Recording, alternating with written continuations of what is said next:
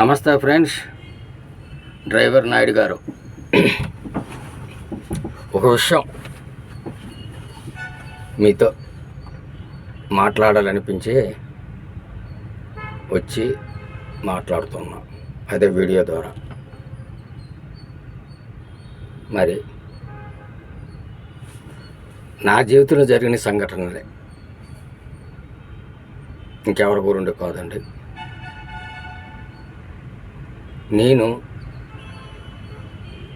ఒక మధ్యతరగతి కుటుంబం, మధ్యతరగతే కాదండి అండి, చెప్పుకుంటే జీరో కుటుంబం నుంచి వచ్చా.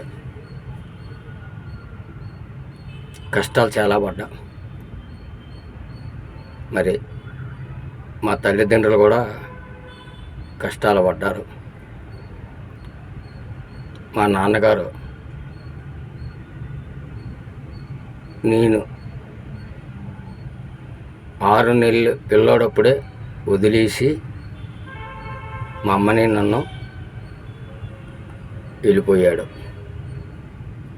ఆ బాధ్యత మా అమ్మ తమ్ముడు, అంతే మేనమామ, తీసుకొని నన్ను పెంచాడు. ఆయన కూడా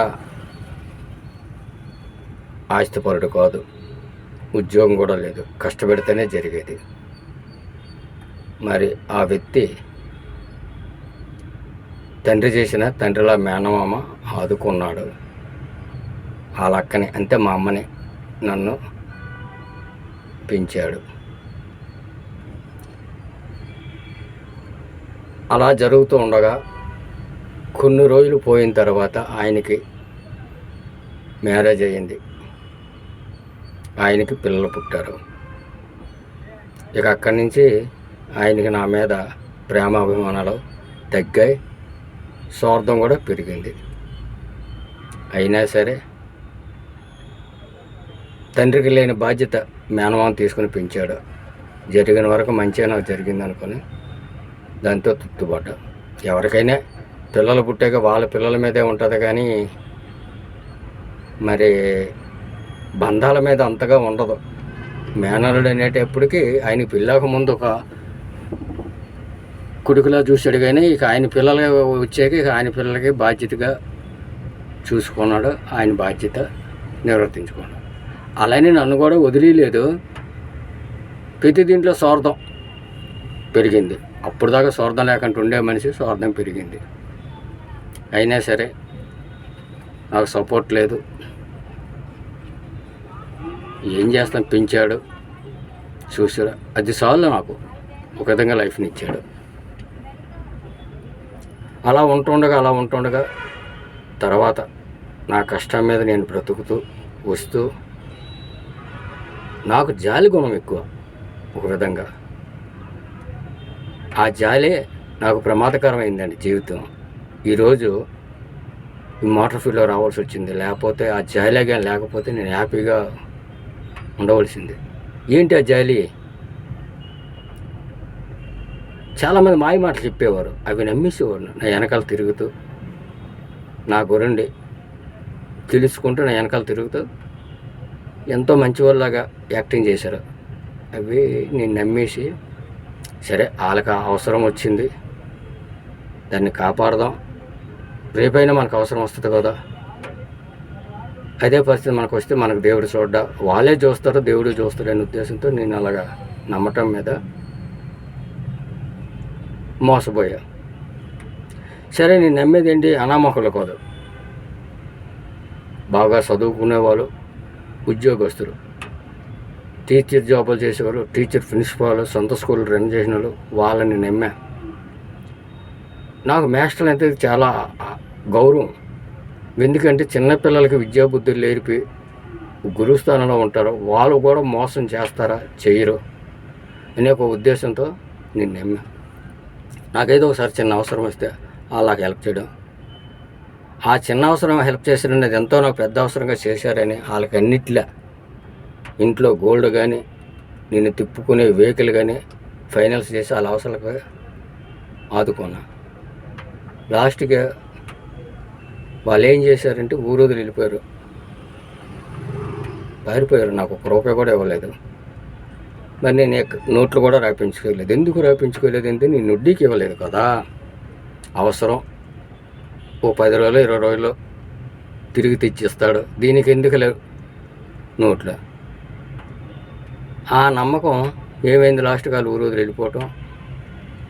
వాళ్ళ బ్రదర్స్ని వాళ్ళ తల్లిదండ్రుని అడిగితే నీకేమైనా ఆధారం ఉందా అంటే నువ్వు నోటుగానే ఏమైనా రాయించుకున్నావు. ఇంకా అక్కడ నాకు అడేమీ లేదు.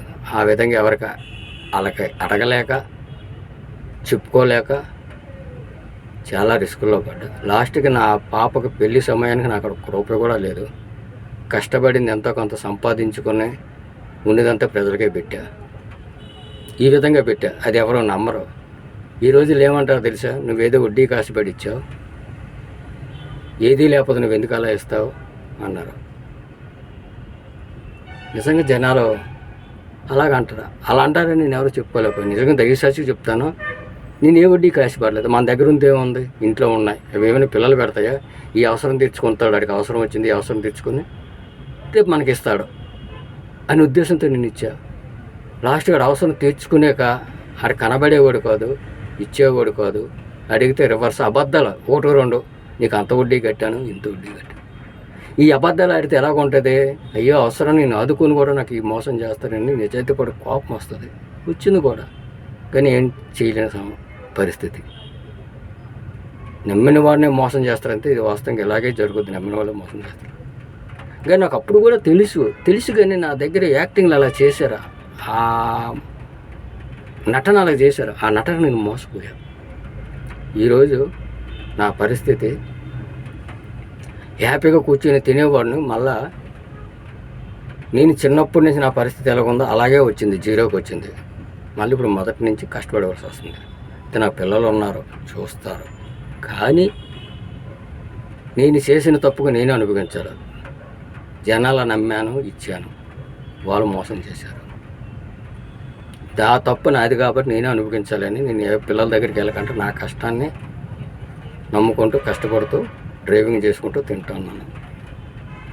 అయితే పిల్లలు ఏం అనలేదా అంటే అలా బయటకు అయితే అనలేదు, కానీ లోన్ ఉంటుంది. మా నాన్న ఏంటి ఇంత పిచ్చి ఆహారం చేశాడు, 4 దగ్గర 10 మంది దగ్గర బాగా మంచిగా ఉన్న వ్యక్తి ఈ విధంగా చేశాడు అని ఉంటుంది. కానీ బయటకైతే ఇప్పుడు నన్ను అనలేదు. రమ్మంటారు కానీ నాకే వెళ్ళటానికి ఓపిక లేదు, ఇష్టం లేదు వాళ్ళ దగ్గరికి. ఇది చేసినది నేను తప్పు అనుకొని నేను వెళ్ళట్లేదు. మరి ఇకేమో ఎప్పుడైనా పరిస్థితులు ఏమైనా ఎలా ఉంటాయో చెప్పలేము. రాబోయే రోజుల్లో వెళ్ళొచ్చేమో వెళ్ళలేదేమో. కానీ దేవుడు ఒక అవకాశం నాకు మంచిది ఇచ్చాడు. నాకు ఇంచుమించు 60 సంవత్సరాలు వచ్చినా సరే నాకు కష్టపడే శక్తిని ఓపికనిచ్చాడు. నా స్థాయికి తగ్గట్టు నా కష్టానికి కష్టపడతాను. హార్డ్గా కానీ లేదంటే మామూలుగా కానీ ఏ విధంగానే సరే కష్టపడే శక్తి ఆయనకి ఇచ్చాడు. అదొకటి నాకు దేవుడు ఇచ్చాడు. అలాగే ఇమ్మని ఆ శక్తిని పూర్తినిమ్మని ఆ దేవుని కోరుకుంటున్నాను. అలాగే మీ అందరికి కూడా నేను మెసేజ్గా ఇవ్వట్లేదు, నాకు జరిగిన సంఘటనలు మీకు తెలియజేశాను. మీరందరూ ఈ అభిప్రాయం ఎలా ఉందో తెలియజేస్తారని కోరుకుంటూ సెలవు తీసుకుంటాను. ఇప్పుడు మీ నాయుడు గారు, విజయవాడ.